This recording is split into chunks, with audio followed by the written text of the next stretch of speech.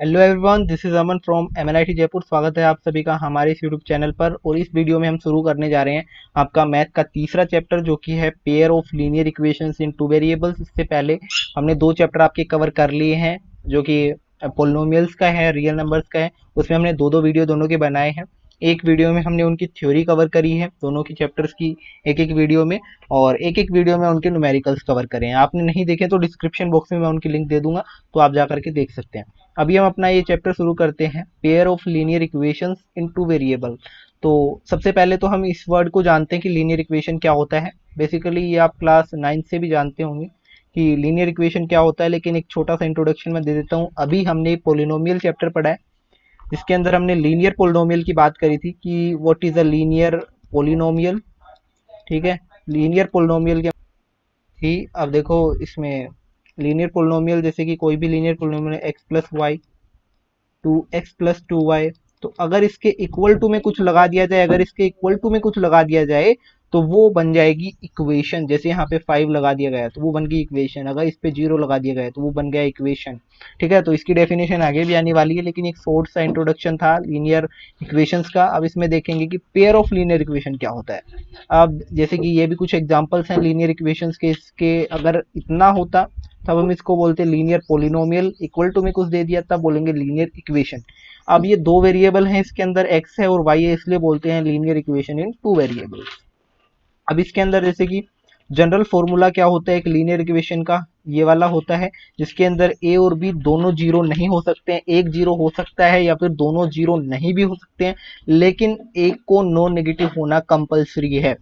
ये ध्यान रखेंगे। इसके बाद में हम बढ़ते हैं आगे। अब जैसे कि इसमें इक्वेशन एंड टू वेरिएबल्स हमने देख लिया। अब ये डेफिनेशन है इसकी कि पेयरो लीनियर इक्वेशन किसे बोलते हैं। That is its solution x y of a linear equation in two variables a x plus b y plus c equal to zero correspond to a point on the line representing the equation and vice versa. तो definition तो क्या थी कि इस तरीके की कोई भी इक्वेशन अगर आएगी तो उसको हम क्या बोल देंगे, लीनियर इक्वेशन। अब इसमें ये बोला गया है कि इस लीनियर इक्वेशन का जो सोल्यूशन होता है वो एक पॉइंट होता है जो इसके ऊपर लाई करता है। अभी जो भी हमारे पास एक लीनियर इक्वेशन है उसका जो ग्राफ बनाएंगे वो हमेशा एक स्ट्रेट लाइन बनेगा, और उसके ऊपर ही एक पॉइंट ऐसा लाई करेगा, उसको हम इसका सोल्यूशन बोलेंगे। तो वाइसा वर्सा भी इसको बोल सकते हैं, मतलब कि एक ऐसा पॉइंट है जो इस लाइन पर लाई कर रहे हैं, तो वो इस लीनियर इक्वेशन का क्या होगा, सोल्यूशन होगा। The general form for a pair of linear equation into variable x and y, ये जनरल फॉर्म होती है। जैसे कि ये जनरल फॉर्म थी, लेकिन अब हम पेयर की बात कर रहे हैं, मतलब दो लीनियर इक्वेशंस यहाँ पे होंगी। तो दो लीनियर इक्वेशन हमने बना दी हैं। चेंज क्या किया है, इनके जो कोफिशिएंट है a1 b1 c1 a2 b2 c2। अब यहाँ पे कंडीशन क्या है कि ये सभी क्या होने चाहिए, रियल नंबर्स होने चाहिए। और जो दूसरी कंडीशन है वो क्या है, a1 square plus b1 square is non zero. अब ये नॉन जीरो क्योंकि हमें पता है कि a1 और b1 में से एक क्या है, जीरो नहीं हो सकता कभी भी, या तो नेगेटिव होगा या फिर पॉजिटिव होगा। तो अगर हम उसका स्क्वायर करते हैं तो पॉजिटिव आउटपुट हमें मिलेगा, मतलब आंसर कभी भी जीरो तो हो ही नहीं सकता है। तो इसीलिए दूसरे में भी क्या लिख रखा है, a2 square plus b2 square is non zero. अब देखो, रिकॉल करो अपनी क्लास 9 को, that geometrical representation of a linear equation in two variable is a straight line. ये मैंने आपको बता दिया है कि किसी भी लीनियर इक्वेशन का आप ज्योमेट्रिकल रिप्रेजेंटेशन करेंगे तो एक स्ट्रेट लाइन आती है। You have also studied in class 9th that given two lines in a plane only one of the following three possibilities can happen. यानी अगर हमने दो स्ट्रेट लाइंस को बनाया है किसी भी ग्राफ के ऊपर, तो इनमें से तीन केस यहाँ पे बन सकते हैं, तीन प्रोबेबिलिटीज, तीन पॉसिबिलिटीज बन सकती हैं। First is the two lines will intersect at a point, second is the two lines will not intersect, and third is the two line will be coincident। अब क्या है कि पहला पॉइंट की वो एक दूसरे को क्या कर रहे होंगे, इंटरसेक्ट। जैसे कि ये दो लाइन है वो एक दूसरे को काट रही हैं एक पॉइंट के ऊपर, तो इसका एक यूनिक सोल्यूशन हमें मिलेगा। यूनिक सोल्यूशन मतलब ये वाला जो पॉइंट है जो जहाँ पे इंटरसेक्ट कर रही हैं, वो इस पूरे पेयर का क्या होगा, सोल्यूशन होगा। पेयर ऑफ लीनियर इक्वेशन का क्या आ जाएगा, सोल्यूशन आ जाएगा। यूनिक सोल्यूशन होगा क्योंकि एक ही सोल्यूशन हमें मिल रहा है, एक्स और वाई मिलेंगे, तो वो हमारा एक यूनिक सोल्यूशन होगा। लेकिन जो दूसरा पॉइंट है, the two lines will not intersect, मतलब दोनों एक दूसरे को इंटरसेक्ट नहीं कर रही हैं, और वो दोनों क्या है, पैरेलल हैं। अगर पैरेलल होंगी तो एक कोई भी ऐसा पॉइंट नहीं होगा जहां पे वो कट कर रही हूँ, इसका मतलब कि उसका कोई भी सोल्यूशन एग्जिस्ट नहीं करेगा। अब जैसे कोइंसिडेंट की बात करेंगे, दो लाइन एक दूसरे को कोइंसिडेंट कर रही है। कोइंसिडेंट का मतलब एक लाइन ये वाली है, ये यहाँ से यहाँ तक, और दूसरी वाली ये वाली लाइन है, मतलब एक दूसरे के ऊपर लाई कर रही हैं दोनों लाइंस। मतलब इसका हर पॉइंट, बहुत सारे ऐसे पॉइंट हैं जो दोनों के एक दूसरे को कट कर रहे हैं, तो वो इनफाइनेटली मैनी सॉल्यूशंस इस केस में पॉसिबल होंगे। तो अभी इनकी तो हम बात आगे भी करेंगे, लेकिन ये तीन पॉसिबिलिटीज बन सकती हैं जब आप इन पेयर ऑफ लीनियर इक्वेशन को ड्रॉ करेंगे ग्राफ के ऊपर। अब जैसे कि पहला क्वेश्चन है, Romila went to a stationery shop and purchased 2 pencils and 3 erasers for 9 rupees, and her friend Sonali show the new variety of pencils and erasers with Romila, and she also bought 4 pencils and 6 erasers of the same kind for 18 rupees। इसको हमें क्या करना है, situation को algebraically represent करना है और graphically भी। तो सबसे पहले जो रोमिला ने जो जो चीज़ें खरीदी हैं उसको रिप्रेजेंट करते हैं। जैसे इसने 2 पेंसिल खरीदी हैं, तो हम क्या करेंगे, पेंसिल की जो कॉस्ट है, क्योंकि फाइनल आंसर हमें क्या मिल रहा है, कॉस्ट मिल रही है 9 रुपीज़ मिल रहे हैं, यहाँ पे 18 रुपीज़ मिल रहे हैं। तो हम कॉस्ट मान लेते हैं कि एक पेंसिल की कॉस्ट है x और एक इरेजर की कॉस्ट है y, जो कि यहाँ पे लिख भी रखा है देखो। एक पेंसिल की कॉस्ट हमने x मान ली, एक इरेजर की कॉस्ट हमने y मान ली। तो अगर रोमिला ने 2 पेंसिल्स खरीदी है तो उनकी कॉस्ट कितनी हो जाएगी, 2x हो जाएगी। अगर 3 इरेजर खरीदे हैं तो उनकी कॉस्ट 3y हो जाएगी। सम करेंगे तो वो 9 रुपीज़ आएंगे, क्योंकि इसने टोटल 9 रुपीज़ खर्च करे हैं।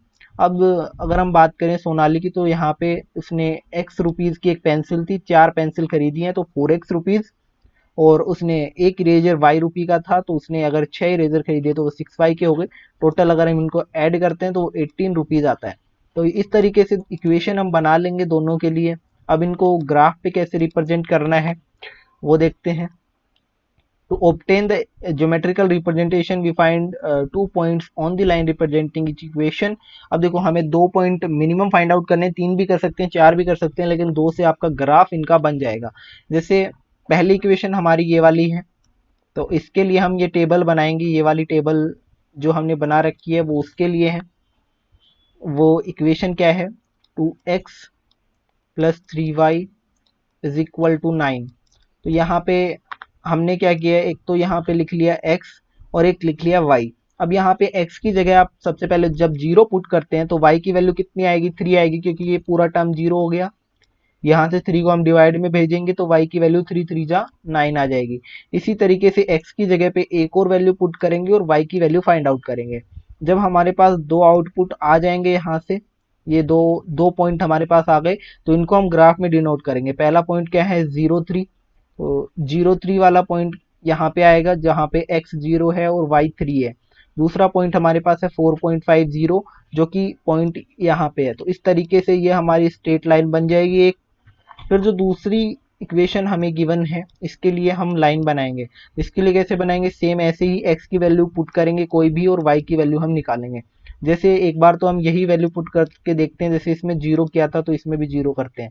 तो हमने इसमें 0 किया तो इसमें भी हमें 3 मिलेगा, इसमें 3 पुट किया तो 1 मिलेगा। उनको हम यहाँ पे ग्राफ पे डिनोट करेंगे। जैसे 0 3 है वो तो आपका यहीं पे होगा, और 3 1 जो पॉइंट है वो आपका कहाँ, कहीं यहीं पे होगा। तो इसी स्ट्रेट लाइन पे आ रहे हैं सभी पॉइंट। इससे आपको क्या पता चल रहा है कि ये दोनों लाइन क्या है, को इंसिडेंट है। को इंसिडेंट है मतलब इसका इनफाइनाइटली मैनी सोल्यूशंस पॉसिबल है। लेकिन यहाँ पे सिर्फ क्या करना था, इनको रिप्रेजेंट करना था, सोल्यूशन के बारे में कोई बात नहीं की गई है। अब बढ़ते हैं आगे, graphical method of solution of pair of linear equation. अब सोल्यूशन की बात हो रही है कि अगर ग्राफिकल मेथड से हमें पेयर ऑफ लीनियर इक्वेशन को सोल्व करना है तो वो हम कैसे करेंगे। तो इसके लिए हमें क्या करना है, द लाइन में intersect in a single point. Line दो लाइन हमें मिल रही होंगी, तो उनको अगर वो एक सेम पॉइंट पे इंटरसेक्ट कर रही हैं तो क्या होगा, हमें एक यूनिक सोल्यूशन मिलेगा, जो मैं आपको बता चुका हूँ। और कंसिस्टेंट पेयर ऑफ इक्वेशंस उनको बोला जाएगा, यानी जो पेयर ऑफ इक्वेशन है उनको हम बोलेंगे कंसिस्टेंट। द लाइंस में भी पैरेलल, अगर दोनों पैरेलल हैं उस केस में क्या होगा, कोई भी सोल्यूशन नहीं होगा, और उनको हम बोलेंगे इनकंसिस्टेंट पेयर ऑफ इक्वेशन।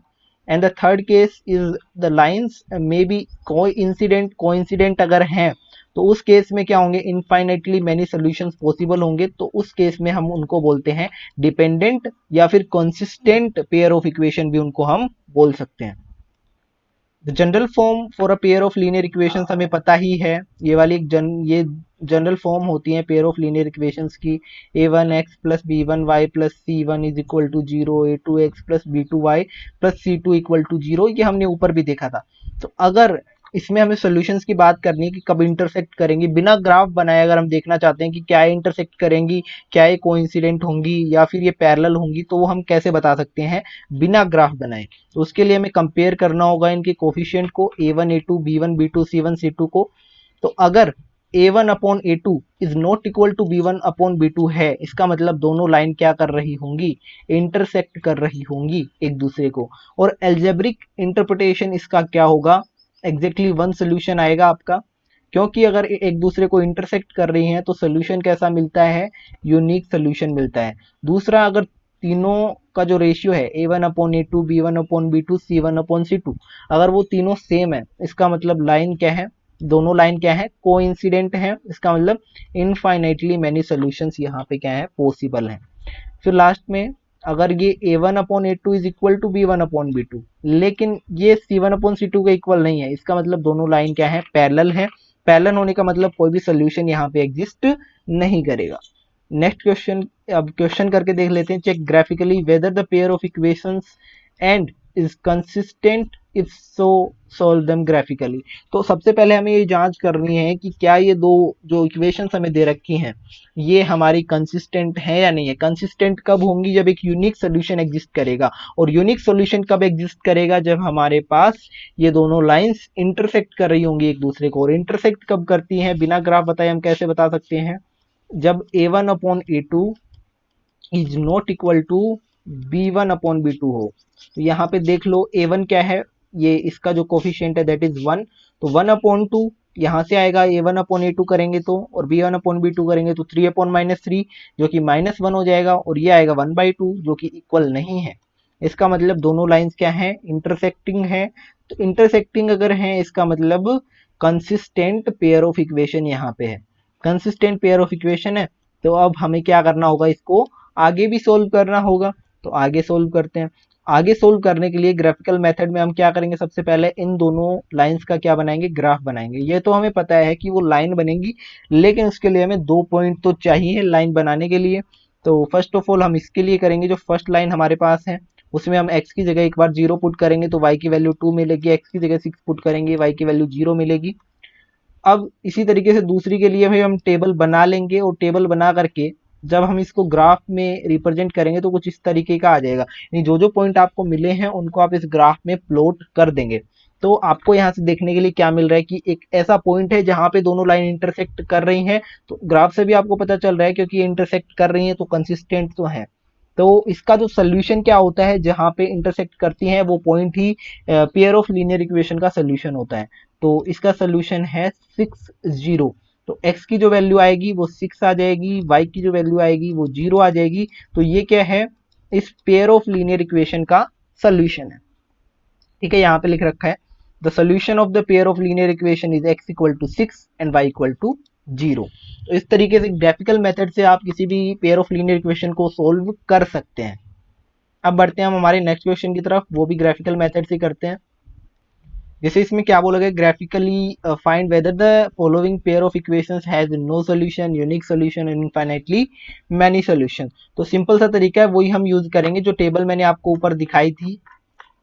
ये वाली जो टेबल है इसी के यूज से हम बता सकते हैं कि कौन सा सोल्यूशन हमें मिल रहा होगा, यूनिक मिलेगा, नो सोल्यूशन होगा, या फिर इनफाइनाइटली मैनी सोल्यूशन मिल रहे होंगे। तो वो अभी पता लग जाएगा। इनका रेशियो निकाल लो सबसे पहले तो इनका रेशियो जब हम निकालेंगे तो a1 अपॉन a2 कितना आएगा, 5 अपॉन 3।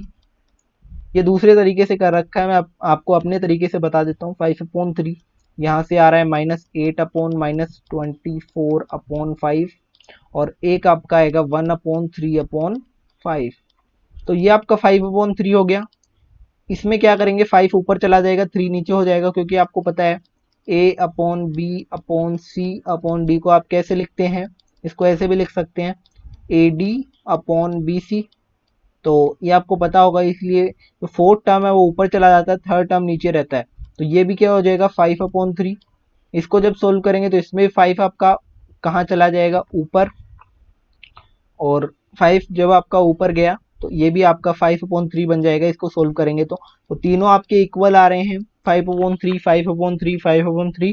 इसका मतलब a1/a2 is equal to b1/b2 is equal to c1/c2। अगर तीनों इक्वल हैं तो वो कोइंसिडेंट लाइन होती हैं। कोइंसिडेंट लाइन अगर है तो इनफाइनाइटली मैनी सॉल्यूशंस आपके होते हैं।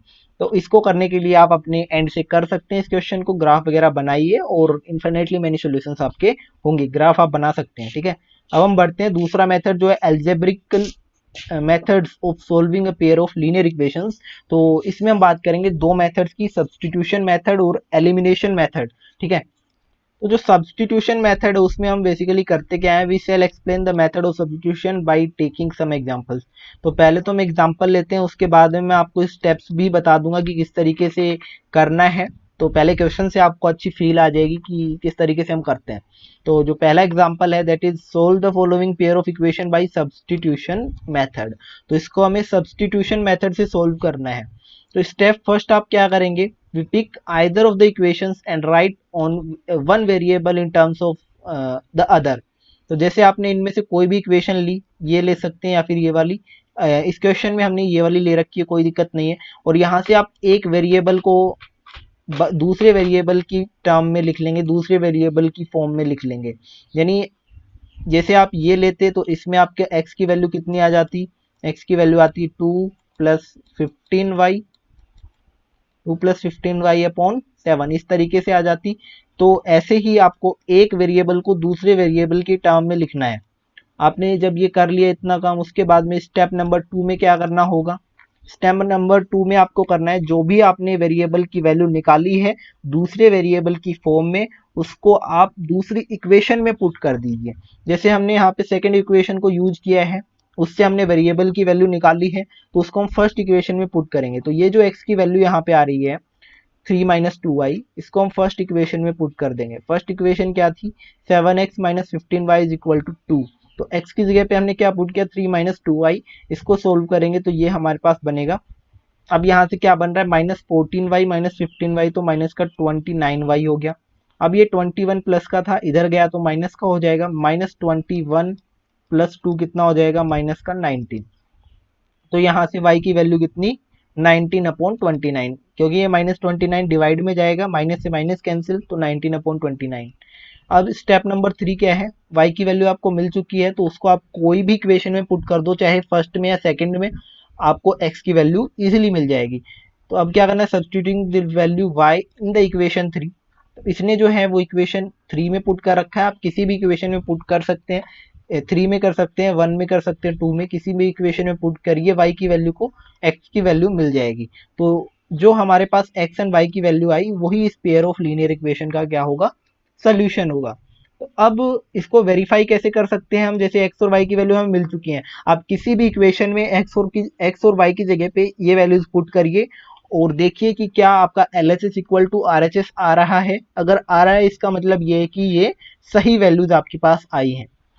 अब नेक्स्ट क्वेश्चन है, लेट अस कंसीडर एग्जांपल 2। ये देखो कोई एग्जांपल 2 था आपकी बुक के अंदर जो मैंने कराया है क्या, लेट मी सी।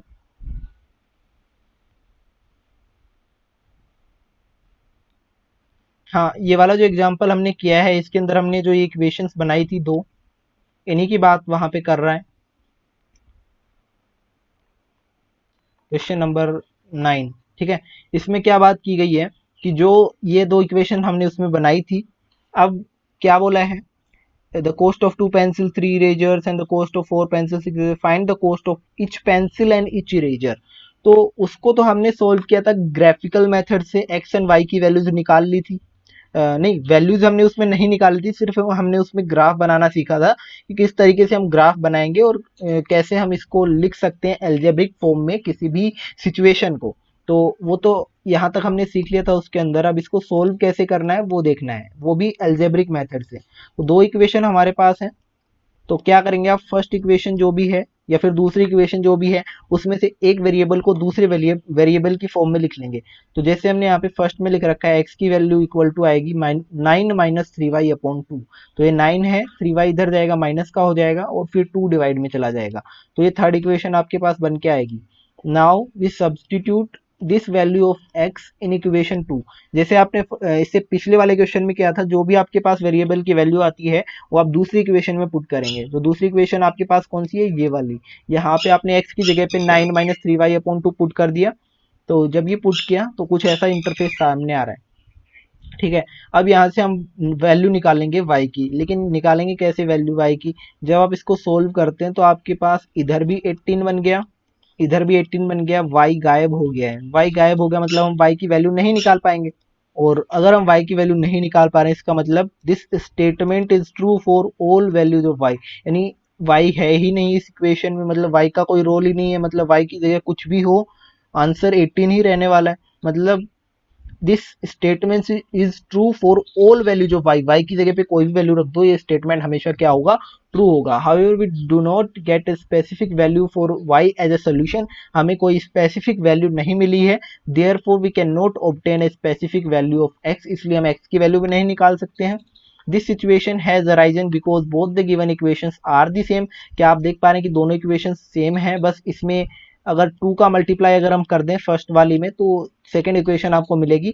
और ये तभी होता है जब दो इक्वेशंस कोइंसिडेंट होती हैं, और जब दो इक्वेशन कोइंसिडेंट होती हैं तो सोल्यूशन क्या होते हैं, इनफाइनेटली मैनी। तो ये भी आपको ध्यान में रखना है, अगर दो इक्वेशन में कुछ ऐसा रिलेशन आ रहा है तो वो दोनों क्या होंगी, कोइंसिडेंट होंगी। कोइंसिडेंट होंगी इसका मतलब इनफाइनेटली मैनी सॉल्यूशंस यहाँ पे पॉसिबल होंगे। तो एक्स और वाई की कोई स्पेसिफिक वैल्यू हम यहाँ पे नहीं निकाल पाएंगे। ठीक है, अब यहाँ पे दे भी रखा है there are many common solutions to the given situation. अब जो क्वेश्चन नंबर 10 है, example number 10, let us consider the example 3 of section 3.2। अब हमने एग्जांपल नहीं किया है तो इक्वेशन यहाँ पे दे रखी है मैंने आपको, इन इक्वेशन को सोल्व करना है, बेसिकली कुछ अलग नहीं करना है। ये इक्वेशन आपको दो इक्वेशन दे रखी हैं और आपको बताना है, ये दो ट्रेन की इक्वेशन है, दो ट्रेन आपकी जा रही हैं, उनकी कुछ इक्वेशन दे रखी है स्पीड वगैरह की, तो क्या वो एक दूसरे को क्रॉस करेंगी। तो क्रॉस तभी करेंगी, दो क्रॉस करने का मतलब ऐसे एक दूसरे को इंटरसेक्ट करेंगी। इंटरसेक्ट कब करेंगी, जब उनका कोई यूनिक सोल्यूशन होगा, यूनिक सोल्यूशन होगा। लेकिन क्या इनका यूनिक सोल्यूशन आता है, देखते हैं अभी। तो जैसे the pair of linear equation, दूसरा तरीका भी हो सकता है, जैसे कि वो कोइंसिडेंट भी हो सकती हैं। ठीक है, क्रॉस करने का मतलब। अब इसमें the pair of linear equation formed were x plus 2y minus 4, ये दो इक्वेशन आपको दे रखी हैं। We express x in terms of y, जैसे कि हमने फर्स्ट क्वेश्चन सेकंड क्वेश्चन में किया है, किसी भी एक वेरिएबल को दूसरे वेरिएबल की फॉर्म में निकाल लेंगे। जैसे हमने x को निकाल लिया है y की फॉर्म में और माइनस 2y, फिर इसको हम दूसरी इक्वेशन में पुट कर देंगे। तो इस वाली इक्वेशन में हमने पुट कर दिया, तो यहाँ से हमें क्या मिलेगा, इसको जब आप सोल्व करते हैं तो -4 इक्वल टू 0 आ रहा है, जो कि पॉसिबल नहीं है। 0 -4 के इक्वल थोड़ी ना होता है, एक फॉल्स स्टेटमेंट है। Therefore the equations do not have a common solution, तो इनमें कोई भी कॉमन सॉल्यूशन नहीं है, मतलब कोई भी ऐसा पॉइंट नहीं है जो दोनों लाइंस पे लाई करता हो, यानी एक ऐसा पॉइंट जो दोनों लाइन पे लाई करता हो, ऐसा कोई भी पॉइंट एग्जिस्ट नहीं करता है। इसका मतलब the two rails will not cross each other, cross नहीं करेंगी, और कोई सोल्यूशन भी इसका एग्जिस्ट नहीं करेगा। कोई सोल्यूशन नहीं है, इसका मतलब कि ट्रेन एक दूसरे को क्रॉस नहीं करेंगी। अब to understand the substitution method more clearly let us consider step wise. अब हमने 3 क्वेश्चन कर लिए हैं, अब इसकी स्टेप्स हमने क्या क्या यूज करी हैं उनको मैं समराइज कर देता हूँ। ठीक है, जो फर्स्ट स्टेप है that is find the value of one variable. सबसे पहले हमें वन वेरिएबल की वैल्यू फाइंड आउट करनी पड़ती है। से y in terms of the other variable x from either equation which is convenient. आपको x की वैल्यू फाइंड आउट करो या y की वैल्यू फाइंड आउट करो, किसी भी इक्वेशन से फाइंड आउट करो दूसरे वेरिएबल की फॉर्म में। ठीक है, फर्स्ट स्टेप ये है। सेकंड में क्या करना है, substitute this value of y, या फिर x भी ले सकते हैं, x की भी वैल्यू आप निकाल सकते हैं। उसको आपको क्या करना है, जो दूसरी इक्वेशन दे रखी है उसमें आप पुट करिए and reduce it to an equation in one variable. और जब आप इसको सोल्व करेंगे तो रिड्यूस होकर के आपको जो इक्वेशन मिलेगी वो वन वेरिएबल में मिल जाएगी, और उसके बाद में उस वेरिएबल का जो आंसर है वो भी आपको मिल जाएगा। जैसे कि इन टर्म्स ऑफ x मिल सकता है विच कैन बी सोल्व। अगर आपने y का वैल्यू निकाला है और y की वैल्यू अगर दूसरी इक्वेशन में पुट करी है तो आपको उससे x की वैल्यू मिलेगी लास्ट के अंदर। समटाइम एज इन एग्जांपल 9 जो हमने किया एंड एग्जांपल 10 जो हमने किया है, you can get some statements with no variable. जैसे कि आपने ये वाला किया 10 वाला और ये 9 वाला एग्जांपल, इसमें हमें स्टेटमेंट क्या मिल रहा है, कोई भी वेरिएबल हमें नहीं मिल रहा है, मतलब हमें फाइनल वैल्यू नहीं मिली है इनमें, ठीक है। If this statement is true you can conclude that the pair of linear equation has infinitely many solution. तो हमें इसमें स्टेटमेंट की फॉर्म में आंसर मिल रहे थे, ना कि एक्स की वैल्यू मिली ना ही वाई की वैल्यू मिली। जैसे अगर इक्वल आ रहा था 18 इक्वल टू 18 तो स्टेटमेंट ट्रू था, स्टेटमेंट ट्रू होगा इसका मतलब कि इनफाइनेटली मेनी सॉल्यूशंस होंगे, जो हमने देखा भी था उसके अंदर। अब जो अगर स्टेटमेंट फॉल्स होगा, जैसे कि लास्ट क्वेश्चन में था -4 इक्वल टू 0 आ रहा था, तो उस केस में अगर स्टेटमेंट फॉल्स है तो लीनियर इक्वेशन क्या होंगी, इनकंसिस्टेंट होंगी, मतलब कि कोई भी सोल्यूशन एग्जिस्ट नहीं करेगा। अब substitute the value of x, अगर एक्स की वैल्यू आ जाती है, जैसे हमने जो हमारा फर्स्ट क्वेश्चन किया था इसका सब्सटीट्यूशन मेथड का, उसमें हमारे पास एक्स की वैल्यू आ गई थी तो वाई की वैल्यू आई थी उसके अंदर, तो अगर आपने वाई को माना है तो एक्स की वैल्यू आएगी। तो अगर आपके पास एक्स की वैल्यू आ जाती है तो आप उसको क्या करेंगे, किसी भी इक्वेशन में पुट कर दो और आपके पास वैल्यू मिल जाएगी दूसरे वेरिएबल की। तो जो दो वेरिएबल आपके पास आते हैं वही उन पेयर ऑफ लीनियर इक्वेशन के सोल्यूशन होते हैं। तो इस तरीके से आप इन दो मेथड का यूज करके अपने पेयर ऑफ लीनियर इक्वेशन को सॉल्व कर सकते हैं। पहला मेथड आपका ग्राफिकल है, दूसरा सब्सटीट्यूशन मेथड है। दोनों पे मैंने दो तीन क्वेश्चन आपको करा दिए हैं और बाकी क्वेश्चन आप प्रैक्टिस करिए, और हम अपने न्यूमेरिकल वाले वीडियो में भी ऐसे क्वेश्चन और प्रैक्टिस करेंगे। अभी कल हम करेंगे अपना जो एलिमिनेशन मेथड है, ठीक है, एलिमिनेशन मेथड पे बात करेंगे और अपना चैप्टर जो वो कल कंप्लीट हो जाएगा, और उसके बाद में हम न्यूमेरिकल वाला वीडियो करेंगे। तब तक के लिए keep smiling, keep planning and be happy. Goodbye everyone.